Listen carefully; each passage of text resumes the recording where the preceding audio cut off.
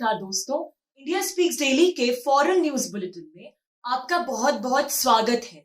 मैं हूं आपके साथ रति अग्निहोत्री। इस बुलेटिन में हम आपको लगातार जानकारी देते रहेंगे देश और दुनिया से जुड़ी तमाम खबरों के बारे में कि किस प्रकार से विश्व के भू राजनीतिक समीकरण तेजी से बदल रहे हैं और इन बदलते हुए समीकरणों के बीच भारत कितनी महत्वपूर्ण भूमिका निभा रहा है। तो शुरुआत करते हैं आज के बुलेटिन से। म्यांमार का जन आंदोलन अब दिन ब दिन और भी ज्यादा आक्रामक होता जा रहा है और भी ज्यादा गंभीर होता जा रहा है।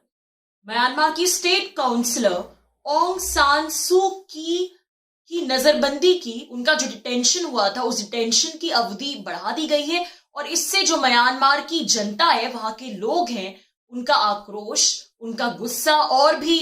ज्यादा बढ़ गया है और पहले से भी ज्यादा की संख्या में लोग जो है, म्यांमार के लोग दसों हजारों की संख्या में सड़कों पर उतर आए हैं और म्यांमार की मिलिट्री ने भी अब जो क्रैकडाउन है वो बहुत बुरी तरह से बढ़ा दिया है। लोगों पर गोलियों तक की बौछारें हो रही हैं। ऐसे कई दृश्य देखने को मिले हैं इंटरनेट पर या फिर न्यूज वीडियोस में, जहां पर रात के समय जो जन आंदोलनकारी है वो दहशत में इधर उधर भाग रहे हैं और गोलियों की आवाजें आ रही हैं। हालांकि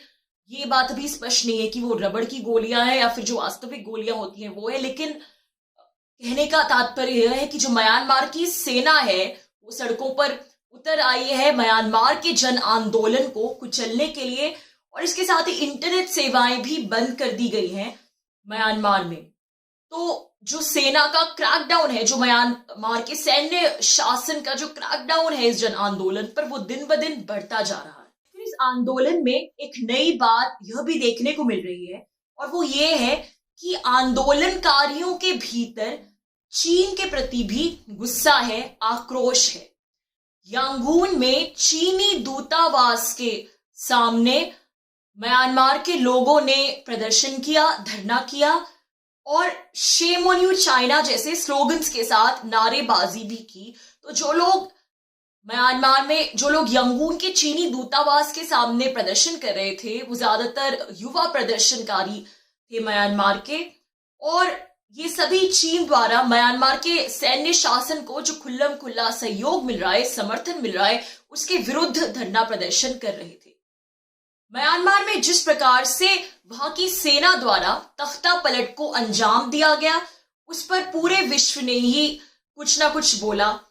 बल्कि ज्यादा कुछ नहीं बोला तो कम से कम सभी ने ये तो बोला कि ये जो कुछ भी हुआ ये बहुत ही बुरा हुआ, ये बहुत ही दुर्भाग्यपूर्ण हुआ और ऐसा नहीं होना चाहिए था। सिर्फ चीन ही एक ऐसा देश है, सिर्फ चीन ही एक ऐसा मुल्क है जिसने म्यांमार के तख्ता पलट को लेकर कुछ भी नहीं बोला, कुछ भी टिप्पणी नहीं की, बल्कि सिर्फ ये कह दिया कि ये तो म्यांमार का आंतरिक मामला है। संयुक्त राष्ट्र संघ के मानवाधिकार आयोग ने भी म्यांमार को लेकर एक रेजोल्यूशन पारित किया है। यानी जो कुछ भी वहां का सैन्य शासन कर रहा है वहां के लोगों के साथ और वहां की प्रजातांत्रिक सरकार के साथ, जिस प्रकार से उसने वहां की प्रजातांत्रिक सरकार के सारे लीडर्स को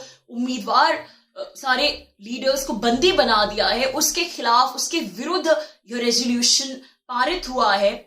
और चीन और रूस दोनों ने ही इस रेजोल्यूशन से दूरी बना ली है, इसे मानने से इनकार कर दिया है और दोनों ही देशों ने, चीन और रूस, इन्होंने औपचारिक तौर पर यह कह दिया है कि वे इस रेजोल्यूशन का हिस्सा नहीं है, यही तर्क देके कि यह म्यांमार का आंतरिक मामला है।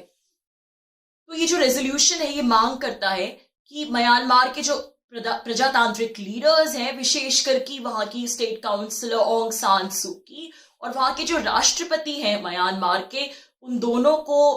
एकदम से छोड़ दिया जाए, रिहा कर दिया जाए। और ये रेजोल्यूशन इस बात को भी रेखांकित करता है कि म्यांमार के सैन्य शासन को आंदोलनकारियों पर बल प्रदर्शन से बचना होगा, उन पर हिंसा करने से बचना होगा और आंदोलनकारियों के, जो वहां के जन आंदोलनकारियों के, म्यांमार के लोगों के जो मूलभूत मानवीय अधिकार हैं उनका सम्मान करना होगा। तो चीन एक प्रकार से खुले में आ गया है म्यांमार के सैन्य शासन के समर्थन को लेकर। और ये हमने आपको यंगून के चीनी दूतावास के बाहर म्यांमार वासियों के प्रदर्शन करने की जो बात बताई, ये सिर्फ कोई एक बार नहीं हुआ ये प्रदर्शन, बल्कि लगभग हर रोज दिन प्रतिदिन आए दिन इस प्रकार के प्रदर्शन म्यांमार वासियों द्वारा यंगून के चीनी दूतावास के सामने किए जा रहे हैं और हजारों की संख्या में म्यांमार वासी इन प्रदर्शनों के लिए जा रहे हैं यंगून के चीनी दूतावास के सामने।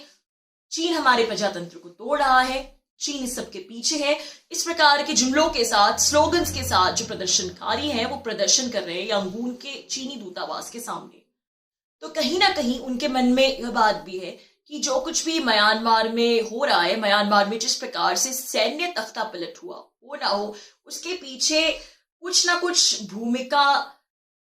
कुछ भूमिका तो चीन की जरूर रही है। एक मत यह भी है कि यह नागरिक इन प्रदर्शनों द्वारा चीन पर दबाव बनाना चाहते हैं इस बात को लेकर कि वो म्यांमार के सैन्य शासन को मान्यता ना दे, उसे समर्थन ना दे, ताकि म्यांमार में प्रजातंत्र की स्थापना हो सके। अब चीन इस बात को कितना मानेगा या नहीं ये तो समय ही बताएगा। लेकिन म्यांमार के जो जन आंदोलनकारी हैं वो अपने तरीके से चीन को घेरने के लिए पूरी तरह से तैयार हैं, पूरी तरह से तत्पर हैं। और विभिन्न खबरों के अनुसार कई आंदोलनकारियों का, लोगों का विश्वास है कि जो म्यांमार में सैन्य तख्ता पलट हुआ है और अब जो कुछ भी वहां का सैन्य शासन इस आंदोलन को दबाने के लिए, इसको कुचलने के लिए कर रहा है, उसके लिए टेक्नोलॉजी के स्तर पर, लॉजिस्टिक्स के स्तर पर, हर स्तर पर चीन का कुछ ना कुछ सहयोग, उसकी कुछ ना कुछ मदद वहां की मिलिट्री के लिए जरूर रही है। और खबरों के अनुसार कई प्रदर्शनकारियों का तो यह भी मानना है